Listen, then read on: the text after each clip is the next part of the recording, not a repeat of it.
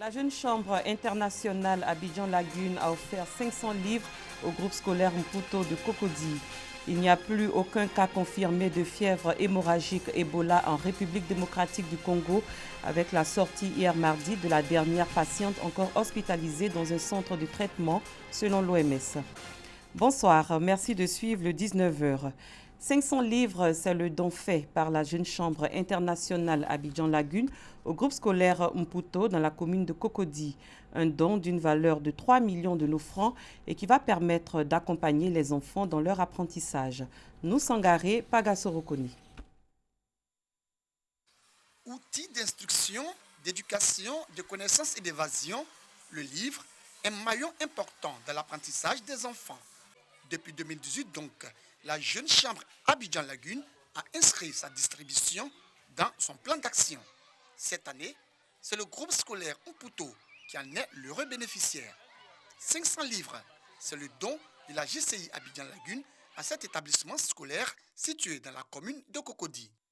Nous avons expérimenté une nouvelle approche impliquant mieux les bénéficiaires et offrant plus de commodité. Aujourd'hui, nous procédons au renforcement du fonds Livrest avec un nouvel apport de près de 500 livres et la fourniture de mobilier pour la bibliothèque scolaire.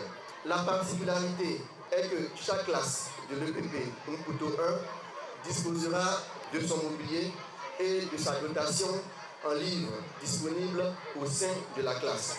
Élèves et responsables du groupe scolaire Mputo ne cachent pas leur joie. Ils promettent en faire bon usage. Les livres qu'ils m'ont remis, je ressens de la joie. Je compte les lire à la maison.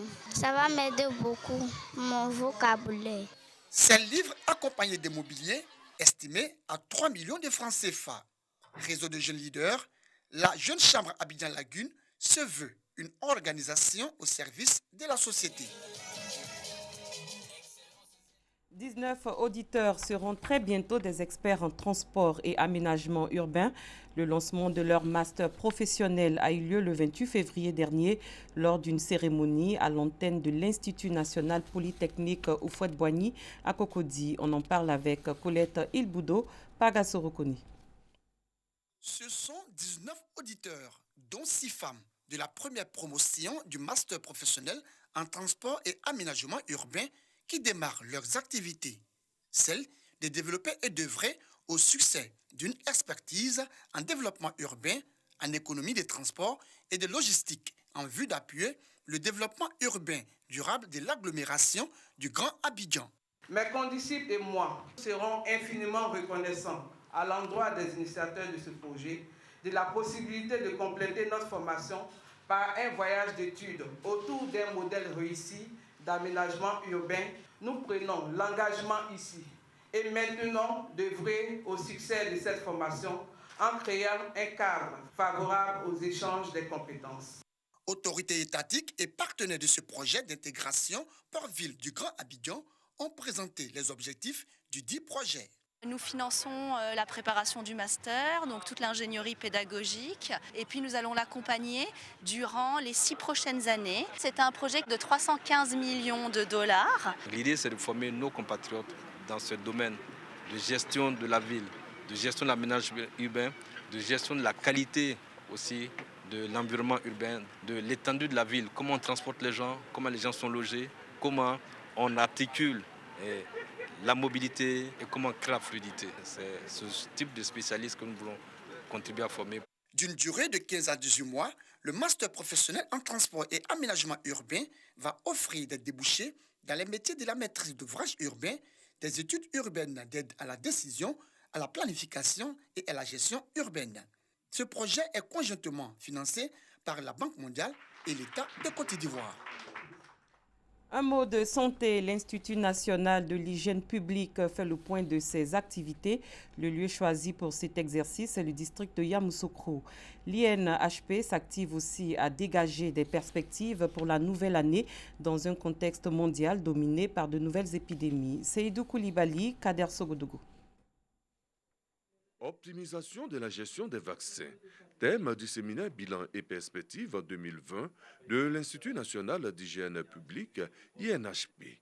Déjà, Un plan de développement sur 4 années, couvrant la période 2017-2020, avait été élaboré. Il reste d'ailleurs d'actualité. L'année 2020 est une année charnière parce qu'elle marque la fin de notre plan stratégique 2017-2020. Et nous devons boucler ce cycle avec de très bons résultats qui augureront d'un avenir meilleur pour notre institution. Je reste persuadé que ces 2 journées de travaux nous permettront d'adopter des résolutions susceptibles de garantir la parfaite mise en œuvre de l'ensemble des activités déclinées dans le plan d'action 2020 qui conduiront à l'atteinte des objectifs fixés dans le plan stratégique 2017-2020. Au cours des travaux, les résultats des différentes activités seront présentés. Le coronavirus, qui soulève toutes les attentions dans le monde, sera abordé. Aujourd'hui, tout passager qui vient en Côte d'Ivoire, qui provient des zones à risque, que ce soit la Chine, que ce soit l'Italie, que ce soit la France, tous ces passagers-là sont screenés. C'est-à-dire ils sont identifiés, à tel point qu'on les suit régulièrement. Donc on les appelle, pour certains, on se rend là-bas auprès d'eux pour savoir leur état de santé. L'Institut national d'hygiène publique, INHP, a pour mission l'application de la politique sanitaire en matière d'hygiène générale, la prophylaxie et le contrôle des endémies transmissibles, bactériennes, virales et parasitaires. Le programme élargi de vaccination, PEV, la réalisation d'activités d'enseignement et de recherche. La direction régionale des eaux et forêts de Mont a saisi récemment 2 tonnes de viande de brousse et 2 tonnes de sucre non conformes à la consommation. Ces denrées saisies à un corridor se trouvaient dissimulées dans un camion en provenance du nord. La correspondance d'Ève Bouy. Ce sont au total 2 tonnes de viande boucanée, communément appelée viande de brousse, qui ont été saisies par les agents des eaux et forêts de la direction régionale de Mont. Cette saisie a été opérée dans la nuit du dimanche 1er mars 2020 aux environs de 22 h au corridor nord de la ville de Mont. La viande, composée essentiellement de carcasses de facouchères et de sangliers, se trouvait dans ce camion en provenance du nord. Elle était dissimulée sous des sacs de graines d'arachide, de légumes et produits maraîchers. En plus de la viande, le camion contenait également 2 tonnes de sucre prohibé. Le directeur régional des eaux et forêts de Mont rappelle à toutes fins utiles que la chasse est interdite depuis 1974. Tout trafic illicite de viande de brousse est prohibé. C'est pourquoi, au niveau de la direction régionale du Tonkouy, je crois que nous sommes à notre 3e ou 4e saisie de viande boucanée. Et c'est le lieu de rappeler aussi que tous ceux qui s'adonnent à cette pratique-là seront poursuivis. Et je voudrais les interpeller à l'effet de cesser de faire le braconnage. Le secrétaire général numéro 2 de la préfecture de Mont félicite et encourage les agents qui ont fait cette saisie. La viande que nous avons vue là, qui était supposée être une viande de consommation, est en très mauvais état. Et ça, c'est gênant pour nous qui sommes les représentants des pouvoirs publics ici de savoir que nos populations sont alimentées par ce genre de viande-là. Et nous avons appelé les services vétérinaires à l'effet de venir regarder, de nous faire une évaluation très profonde de l'état de la viande. Relativement à cette saisie, c'est de féliciter tous les agents. S'ils ont pu faire ce travail-là, c'est parce qu'ils ont été vraiment bien instruits et bien pris en main par leur hiérarchie. Les 2 tonnes de sucre ont été remis à la douane et la viande boucanée a été incinérée en présence des autorités administratives. Les élèves et étudiants sont sensibilisés aux valeurs de paix, de réconciliation et de travail bien fait. C'est à travers Campus Tour Reminder dont le lancement a eu lieu à l'université Alassane Ouattara à Boaké. C'est une action d'anciens étudiants, ex-membres de l'orchestre de l'université d'Abidjan. Boubacar Silla, Kader Sogodogo. Stade de l'université Alassane Ouattara, première étape de la tournée nationale Campus Reminder Tour, une initiative des anciens étudiants de l'orchestre de l'université d'Abidjan. Cette tournée vise à sensibiliser les élèves et étudiants sur les vertus de la paix et de la cohésion sociale. Reminder Tour, c'est une tournée dans les villes, là où il y a les universités, pour que nous puissions parler aux étudiants, pour les inviter à pacifier leur espace. Saluant l'initiative, le représentant du ministre de la Culture et de la Francophonie et le parrain exhortent les étudiants à accorder une place de choix au vivre ensemble. Cette action en direction de la jeunesse est une action qui contribue à faire en sorte que la paix sociale soit fortifiée dans ce pays, faire en sorte que notre pays aille de l'avant. Dans cette période électorale, nous voulons demander à nos étudiants, à nos jeunes frères, de faire en sorte que la paix prônée par le président Alassane Ouattara provienne des campus. Responsables et étudiants de l'université Alassane Ouattara se félicitent du choix de leur université pour le lancement du campus Remainder Tour. Pour nous, les étudiants aujourd'hui de la nouvelle génération, c'est un exemple. Et nous en sommes fiers. Les messages ont compris. C'est vraiment un honneur pour nous, au niveau donc de l'université Alassane Ouattara de Bouaké du groupe, de recevoir cette caravane-là pour le démarrage de leur tournée. Les mots que j'ai entendus, ce sont des mots bien choisis pour faire passer des messages de paix. Un concert gratuit avec Tubus Koufi, Pat Sako, Emmanuel Boifo et bien d'autres pour ce lancement. Campus Remainder Tour sillonnera toutes les villes du pays abritant des universités publiques et privées. Ailleurs, il n'y a plus aucun cas confirmé de fièvre hémorragique Ebola en République démocratique du Congo, avec la sortie mardi de la dernière patiente encore hospitalisée dans un centre de traitement, a déclaré l'Organisation mondiale de la santé. L'OMS qui reste prudemment optimiste quant à une fin prochaine de cette épidémie, officiellement déclarée le 1er août 2018.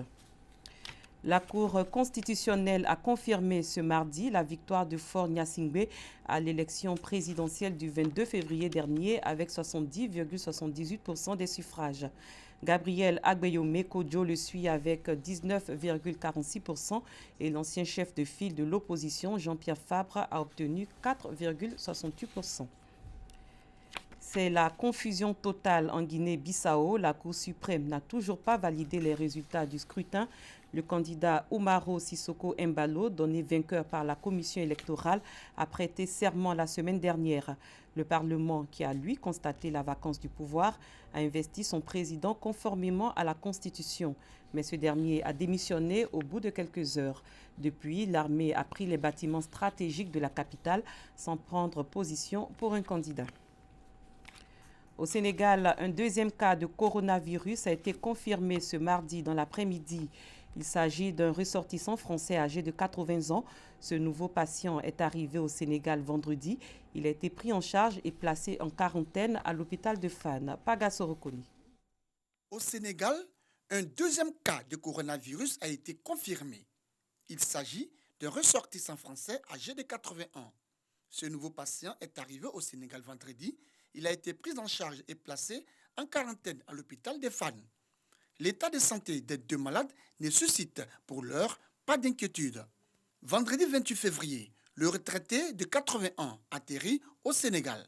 Ce n'est que 2 jours après son arrivée qu'il va consulter les médecins d'un hôpital de Guédiawaye, en banlieue de Dakar. Les symptômes du coronavirus sont bien présents. L'homme est alors transféré au centre des maladies infectieuses de Fann dans la capitale, un des seuls à pouvoir placer en quarantaine les patients suspects. Dans les 2 cas, les autorités s'activent pour tenter de retracer leur parcours au Sénégal et de recenser les potentielles contaminations. Ce mardi, une source au ministère précise que le premier patient n'a pas contaminé sa famille selon les premières analyses. Plus loin, aux États-Unis, ce fut un Super Tuesday plein de surprises. À l'issue du vote de 14 États américains, Joe Biden a effectué un spectaculaire retour en force dans la course à l'investiture démocrate, laissant sur le banc de touche Bernie Sanders, Michael Bloomberg et Elizabeth Warren. Caroline du Nord, Virginie, Texas, Tennessee, Alabama, Arkansas, Oklahoma, Joe Biden a réalisé un grand chelem dans les États du Sud à l'occasion de ce rendez-vous décisif qui distribue plus d'un tiers des délégués nécessaires à la nomination. Ainsi prend fin cette édition. Merci de l'avoir suivi. Très bonne soirée. À demain, même heure.